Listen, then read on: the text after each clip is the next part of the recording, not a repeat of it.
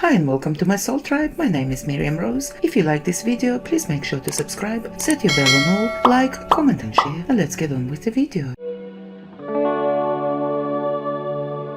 My dearest brothers and sisters, this is Tunia speaking. I love you so very much. Today I have invited R'Kok to speak to you. He is the remorseful Galactic Confederation Reptilian who first introduced himself during the messages of love, and enough of you resonated with him and appreciated his brief message that I have asked him to give a longer message today. I feel honored that he accepted because he is one of the bravest reptilians I know. As always, we recommend asking your own soul for guidance if you're unsure about any part of this message. R'Kok himself acknowledges in his message that he is not a spiritual teacher, and also that there are wiser beings than him out there. Still, I think there is value too in hearing from good-hearted beings who don't yet have a super high perspective and who are a bit more blunt. This value is that this perspective is often more practical and applies more to the real world. Conversely, perspectives from super highly evolved beings often sound energetically beautiful and certainly have value, but sometimes those are less practical and applicable to everyday life. Ideally, a person who loves everyone and acts with love towards everyone, but is also aware of who is taking what actions and which actions are counterproductive or harmful. And if necessary, a person is willing to oppose actions that would control or harm people. Many light workers really like the love everyone part of this. However, some light workers in practice resist being aware of, and if necessary, opposing actions that are either counterproductive or harmful. Perhaps this message can help with that later part, because it too is important. I suspect that some people will disagree that you should oppose actions that are harmful, but the simple truth is that there are some beings out there who are incredibly destructive and who are going to hurt billions of people if their actions are not actively opposed. For example, if we stopped opposing harmful actions today and decided to only focus on love, then tomorrow the hostile galactics that we chased away from Earth would come right back, and they would go right back to oppressing and controlling you, which would have very real and devastating effects for people living on Earth. So yes, indeed, love everyone, but also sometimes identify counterproductive or destructive actions as they are, and if necessary, consider opposing those destructive actions of speaking out against those in appropriate ways. At least that is my perspective. With that, I hope you enjoy R'Kok's message with love, Tunia. To Earth humans, this is R'Kok speaking. Thank you, Tunia. Indeed, I am the, as you call it, reptilian who said during the messages of love that I unalived millions of people, came to deeply regret that, repented, and eventually was allowed to join the Galactic Confederation. Currently, I serve as a military advisor. I would like to say that I feel honored, but frankly, the primary feelings that I have right now are shame and a feeling of unworthiness. I do not feel worthy to talk to you, Earth's light workers, for I perceive you to be filled with much more light than I am. I perceive your hearts to be more open than mine, and I perceive you to have much less blood on your hands than I do. At the same time, as the Pleiadian humans have repeatedly reminded me, it is not up to the individual to judge whether he himself is worthy. That determination is up to Source, and Source deems everyone to be worthy of love, and so it is apparently. Personally, I resonate more with the idea that no one benefits from me sitting in a room and feeling guilty or unworthy. I might as well get off my backside and do something useful, because contrary to me beating myself up, that is something that actually helps people, and in turn that makes me feel slightly better about myself too. Maybe some of you too can benefit from the previous two messages. The first thing I would like to tell you is that if you turn towards Source and genuinely repent, then you will be given a second chance. It almost doesn't matter what you did apparently. Frankly, I would not have given myself a second chance, but apparently Source chose differently. I'm glad that Source did. I didn't think that most of the people I'm talking to will have caused millions of passings, and the positive galactics can forgive me and give me a place in their midst. They can't do the same for you, but you do have to genuinely repent and genuinely want to start healing and start contributing something positive. Just saying empty words you don't mean is a waste of your breath. The second thing I would like to tell you is is that everyone has a unique puzzle piece, a unique contribution that he or she can make. You don't need to have all the puzzle pieces, all the answers, almost no one does. But at the same time, there is a puzzle piece that only you have and that only you can contribute to the whole. Will Earth humans still be free if certain people choose not to contribute to their puzzle piece? Yes. But then liberation may not happen or quickly or be as pleasant or be as beautiful. The third thing is that it's entirely possible that many of you will currently feel like you're drowning and all you can do is just get through the day. I empathize with and I know what that feels like. In that case, just take it 1 hour at a time. Some days just suck and better days certainly are coming in the medium-term future. Taking care of yourself does help the whole because all is one after all. If you have to put your own air mask on first because you can help others, that's entirely fine. It took this channeler something like 7 years of hard and intensive work to heal, spending many hours on that every single week. During those 7 years, they didn't help others significantly because they had to take care of themselves first. That's completely fine and indeed necessary. If this channeler had not taken the time to really heal themselves first, they would not be doing as much good now as they are. That said, once you have your own metaphorical air mask on, you are invited to find some way to actually start helping the whole, at least for a few hours every week. After all, if some person is homeless, then you are homeless too, because all is one. Some spiritual people aim at only feeling happy feelings and try not to look at the suffering elsewhere in the world, but that usually just leads to an inner split and a strengthening of your own shadow. Furthermore, be the change you want to see. Remember, wouldn't you want the people around you to actively heal themselves first and then actively start helping the people around them? The fourth thing is that many of you will either feel like you don't know what to do with your life or like you did not do as much with your life as you should have. Well, the Pleiadian humans would probably tell you to just observe those emotions without trying to change or judge them. In any case, many people on your world feel the same way. It's actually not necessary that you know what you want to do with your life because people and society are changing so fast nowadays that long-term plans are hard to make anyway. So if you can't make long-term plans, that's entirely understandable. Just try to figure out what you want to do this month. Also, no one is expecting you to save humanity by yourself. If you can just contribute a little bit, you are already doing more than most. Just you being awake and therefore automatically contributing awake energies to the collective is a big service to Source. Anytime you help yourself or others heal for another small bit, that's another contribution to the collective. The fifth thing I would like to tell you is that sometimes the people around you just aren't good. For a long time I thought there was something wrong with me, but looking back, in fact, I was the psychologically healthiest person in the group. Yes, I didn't fit into society, but society was toxic. It was healthy that I didn't fit in, and the people who did fit into the toxic society and who were successful were far more psychologically unhealthy than I ever was. So sometimes the problem is not you. Sometimes the problem is the sick society you are a part of. If a society is sick, then the often psychologically unhealthy people fit in and are rewarded, while the psychologically healthy people are excluded and many have a harder time fitting in or becoming successful. Although don't let that stop you from trying to achieve your dreams. The people who I grew up with now consider me to be a traitor and would attack me on sight if they saw me. Unfortunately, you can't let yourself be held back by the people you grew up with. If you have outgrown them, yes, that is painful, but there is not really another way. If you don't want to meet certain people, then it's possible that there is not anything wrong with you, but that those people simply aren't very heart-centered at this particular moment in time. If you don't fit in, then sure, it is possible that you are lacking, say, some social skills, but it's also possible that those people aren't very psychologically healthy and you don't feel like being around such people. Unfortunately, the majority of people on your world right now are not what I would call psychologically healthy. 6. While I'm not an expert in this topic, it seems to me that a human-like civilization thrives if the women give everyone unconditional love and then men give everything they need on a practical level to be safe and cared for and have their needs met. A woman's unconditional love is the most beautiful and powerful and precious thing I have found in all the galaxy, and realistically speaking, it seems to be up to the men to do the lion's share of the work that needs to be done to make sure that the people are safe and cared for. Yes, of course, men can love unconditionally too, and women can become mechanics or engineers too, but as a generalization, this seems to be the formula formula that makes a human-like civilization thrive. Women love everyone unconditionally, and men make sure that everyone is taken care of and safe on a practical level. If men stop taking care of everyone, then women have to fend for themselves, and then they tend to become hard and masculine and tend to stop loving unconditionally. Conversely, if women stop loving unconditionally, men will often feel that there is nothing in the society worth protecting or contributing to,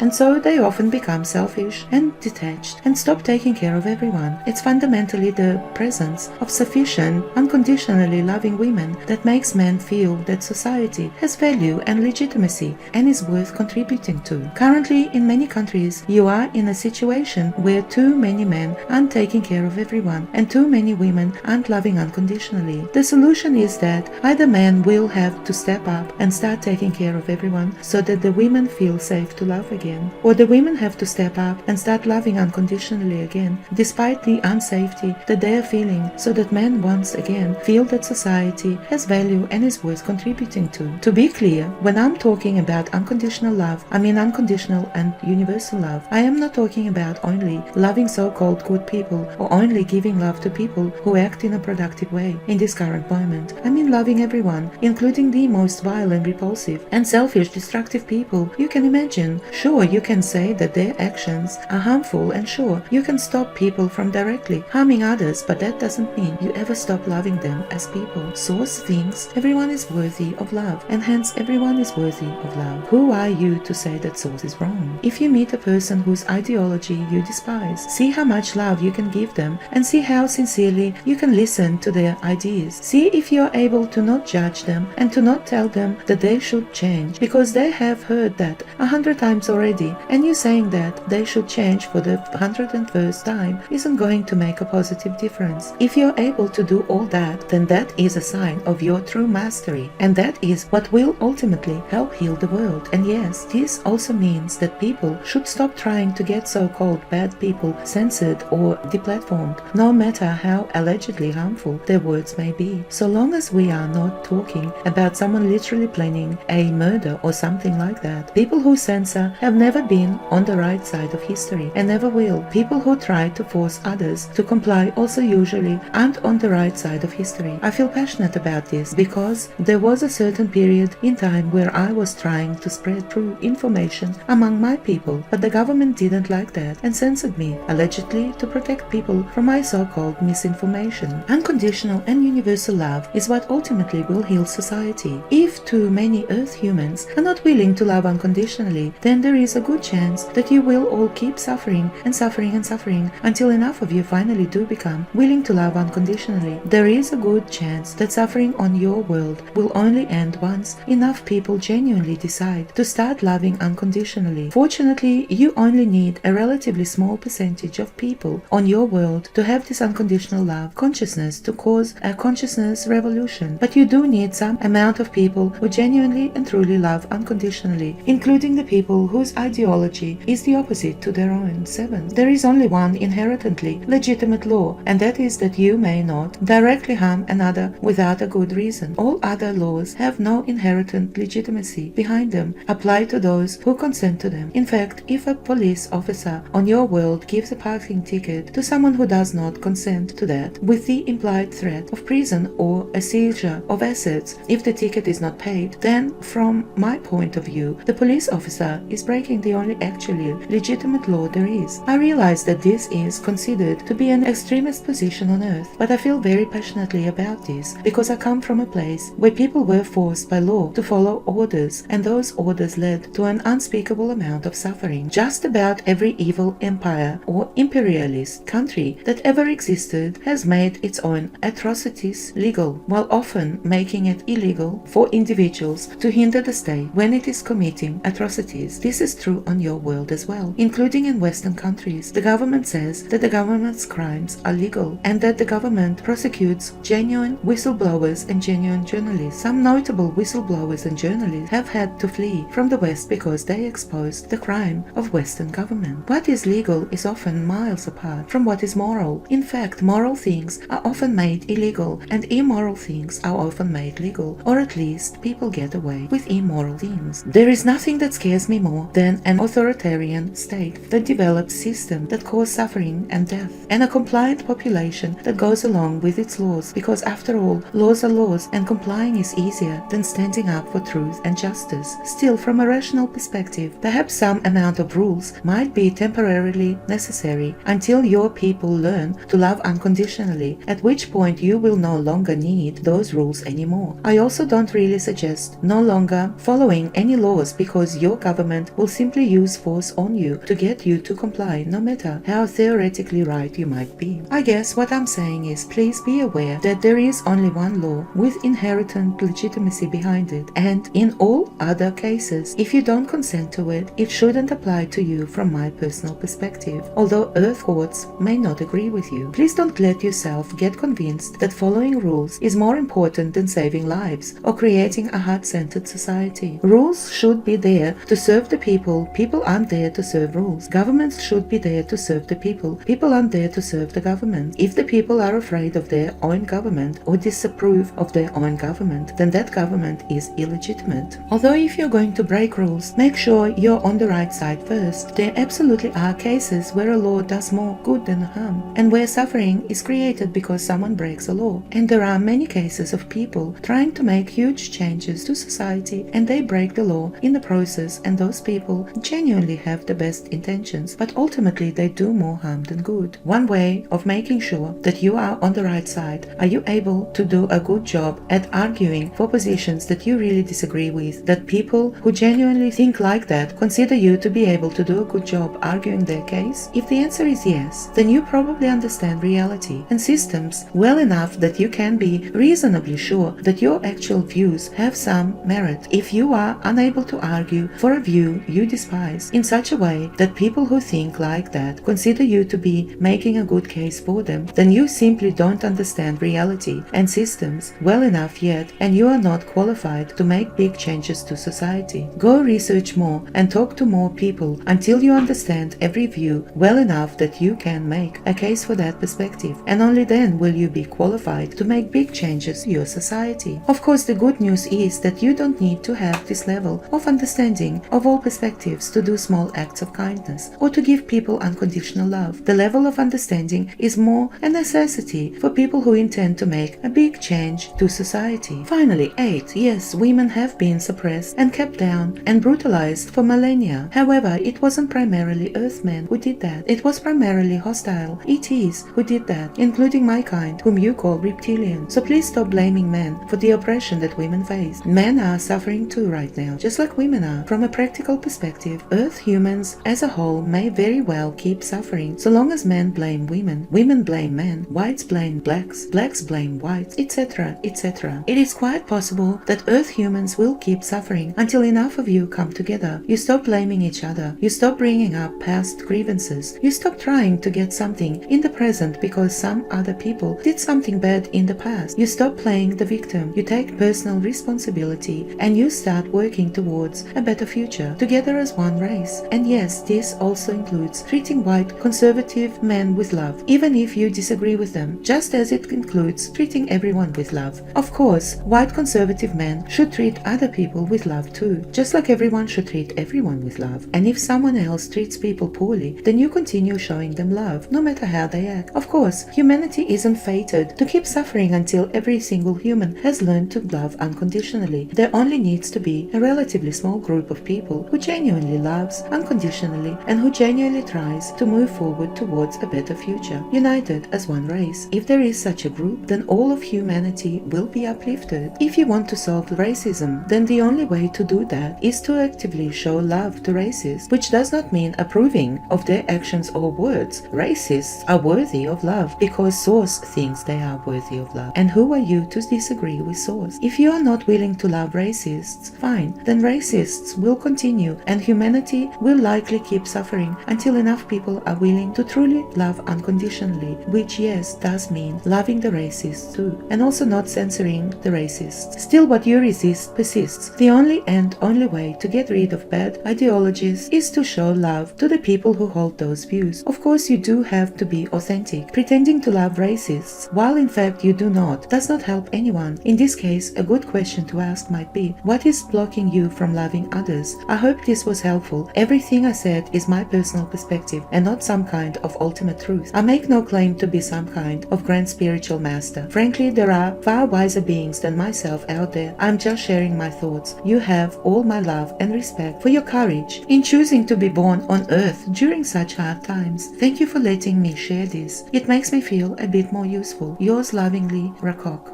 I hope you enjoyed this video, and if you like deep dives, please visit my other channel called Miriam Rose. With absolute gratitude, cosmic kisses to everyone. Till next time, bye for now.